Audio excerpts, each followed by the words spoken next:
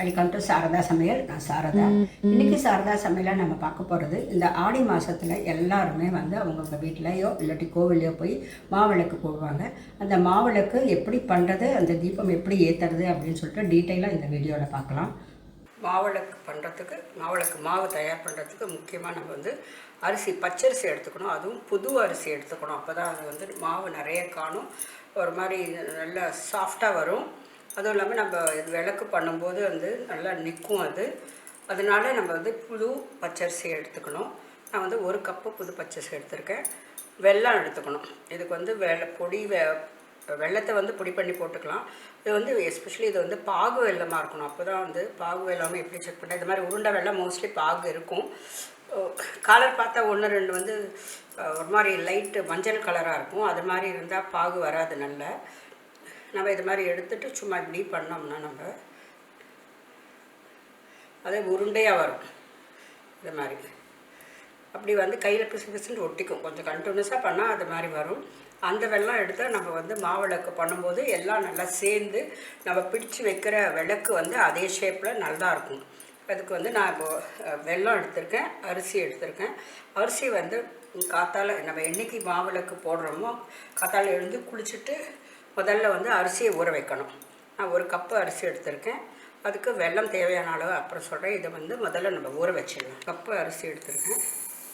போட்டுட்டு இதை நல்லா வந்து அலம்பணும். 2 3 தடவை அலம்பிட்டு ஊற வைக்கணும். மினிமம் ஒரு மணி நேரம் இல்லாட்டி 1.5 மணி நேரம். மாவு எவ்வளோ நேரம், அரிசி எவ்வளோ நேரம் ஊறுறதோ அந்த மாவு வந்து அவ்வளோ சாஃப்டாக இருக்கும். அப்போ தான் நல்லா வரும்.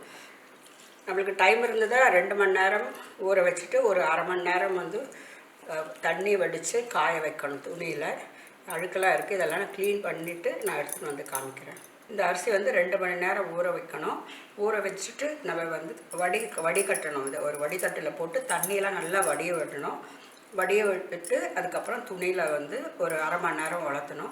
இதை 2 மணி நேரம் ஊற வச்சுட்டு வடிய விட்டுட்டு துணியில் காய போடும்போது உங்களுக்கு காமிக்கிறேன் எப்படி இருக்குன்ட்டு. வெல்லம் இதை மாதிரி எப்போவுமே சுவாமிக்கு நம்ம பண்ணும்போது நம்ம யூஸ் பண்ணாத பாதியெல்லாம் எடுக்கக்கூடாது. இது மாதிரி முழுசாக இருக்கிறத எடுத்துகிட்டு நம்ம வந்து கத்தியில் இது மாதிரி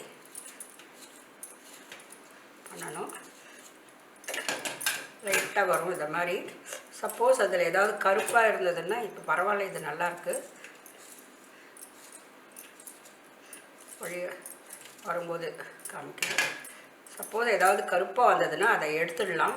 எடுத்துகிட்டு ஏன்னா இதை வந்து நம்ம டைரெக்டாக தான் நம்ம வந்து கலக்க போகிறோம். இதை பாருங்க, ஒரு சின்னதாக கருப்பாக வந்திருக்கு. நம்ம பண்ணும்போதே இதை மாதிரி வந்தால் எடுத்துகிட்டு நல்ல வெள்ளைப்பொடியை க்ளீனாக வச்சுக்கணும்.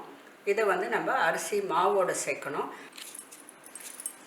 நம்ம இதை மாதிரி பண்ணி வச்சுட்டா நல்லா ஃபைனாக வரும். நம்ம வந்து மாவு பிசையும் போது மாவிளக்கு மாவு நல்லா க்ளீனாக வரும். இதை மாதிரி எடுத்துட்டோம்னா நம்ம வந்து இந்த 1 கப்பு போட்டுக்கோம் இல்லையா, ஒரு அரை கப்பு அளவுக்கு ரெடி பண்ணி வச்சுக்கலாம். ஈர மாவோடு சேர்க்கும்போது நிறைய வெல்லம் பிடிக்காது. இந்த அளவு வெல்லம் போதும். இதையும் ரெடி பண்ணி வச்சாச்சு. நம்ம வந்து மாவு ஊற வச்சுருக்கோம். ஊறட்டும், அதுக்கப்புறம் பார்க்கலாம். அரிசி ஊற வச்சு 2 மணி நேரம் ஆகிடுச்சு. அரிசி இப்படி எடுத்து நம்ம கையால் நகத்தில் இப்படி அழுத்தினா அது வந்து உடையணும். உடஞ்சி இது மாதிரி வருது பாருங்க. இது மாதிரி வந்ததுன்னா நம்ம வந்து வடைய விட்டுடலாம்.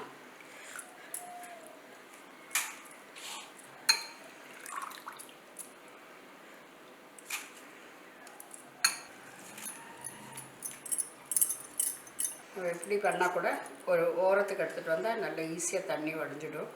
ஒரு 10 நிமிஷம் இதை அப்படியே வைக்கலாம். அதுக்கப்புறம் துணியில் ஆற விடலாம். இப்படி பண்ணாவே தண்ணியெல்லாம் இறங்கிடும். இது 10 நிமிஷம் மேலே ஆகிடுச்சு. நல்லா தண்ணியெல்லாம் ஒன்றும் இல்லை. இப்படி இப்போ வந்து இதை ஒரு துணியில், இது வந்து மைக்ரோ ஃபைபர் கிளாத்து, அது நல்லா ஸ்ப்ரெட் பண்ணி விட்டுருங்க.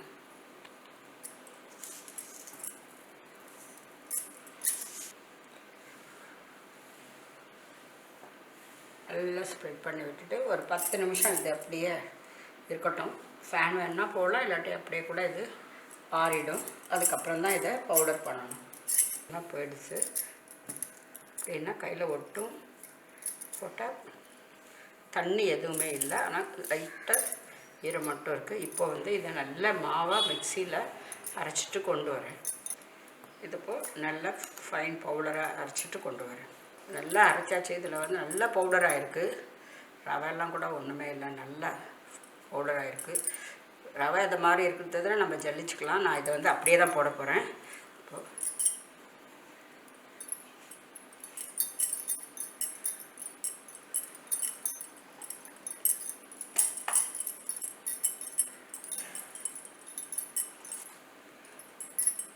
நான் இது அரை கப்பு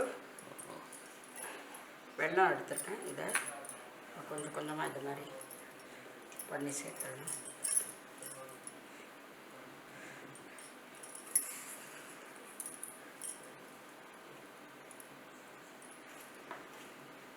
அதில் கொஞ்சம் கொஞ்சமாக சேர்த்து இது மாதிரி பிசறி விட்டுடலாம்.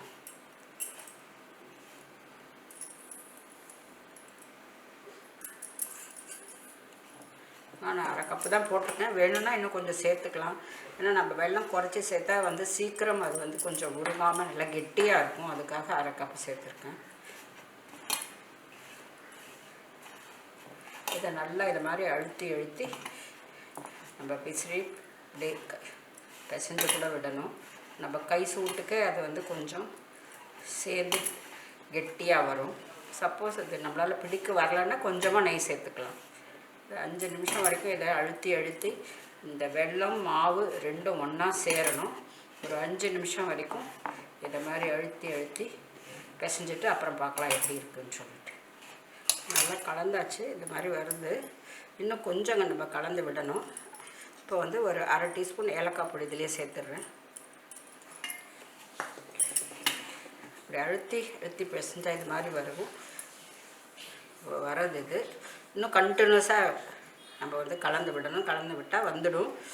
நம்ம போட்ட வெல்லம் அளவு சரியாக தான் இருக்குது. இதுக்கு ஒரு 10 நிமிஷம், இது 5 நிமிஷத்துக்கு மேலேயே பண்ணேன். இன்னும் ஒரு 10 நிமிஷம் இது மாதிரி அழுத்தி பிசைஞ்சிட்டு அப்புறம் பார்க்கலாம். நல்லா மாவை இது மாதிரி அழுத்தி அழுத்தி பிசைஞ்சு இந்த மாதிரி நல்லா ஒரு உருண்டையாக பண்ணிக்கணும். ஜென்ரலாக அவங்கவுங்க வீட்டு வழக்கப்படி தான் விளக்கு வைப்பாங்க. 2 பண்ணனா இதை 2ஆக டிவைட் பண்ணிட்டு பண்ணலாம். எங்கள் வீட்டில் ஒரே ஒரு இதுதான் குழி பண்ணி அதில் 2 திரி போட்டு பண்ணுவோம். இந்த மாதிரி நடுவில் கொஞ்சம் நெய் விட்டு திரி போடுற அளவுக்கு இந்த மாதிரி கொஞ்சம் அழுத்து விட்டுட்டா இதில் நெய் விட்டுடலாம். இப்போ திரி எப்படி பண்ணுறதுன்னு நான் காமிக்கிறேன். இப்போ வந்து இதுக்கு திரி பண்ணணும். இந்த மாதிரி பஞ்சு திரி எடுத்துகிட்டு எல்லாத்தையும் இப்படி சேர்த்துக்கணும்.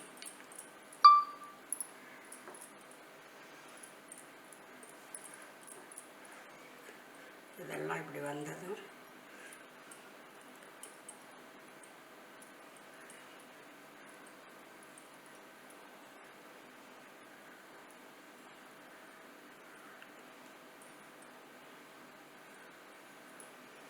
வந்து இப்படி பண்ணணும்.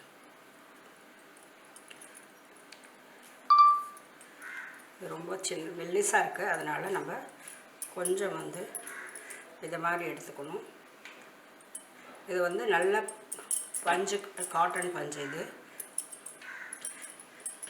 அதை வந்து இது பக்கமாக கொண்டு வந்துட்டு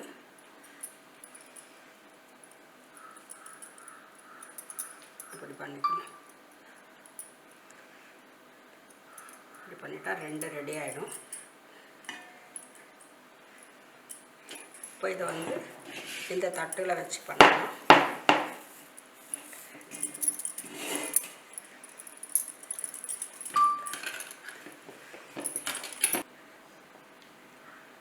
இப்போ இந்த திரியை வச்சிடலாம்.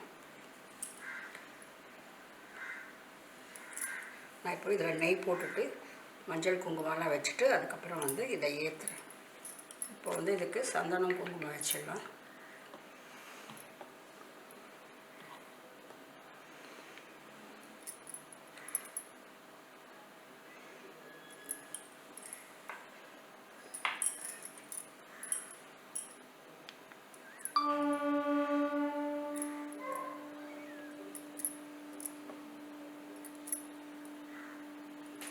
இப்போ இதில் நெய் விட்டுடலாம்.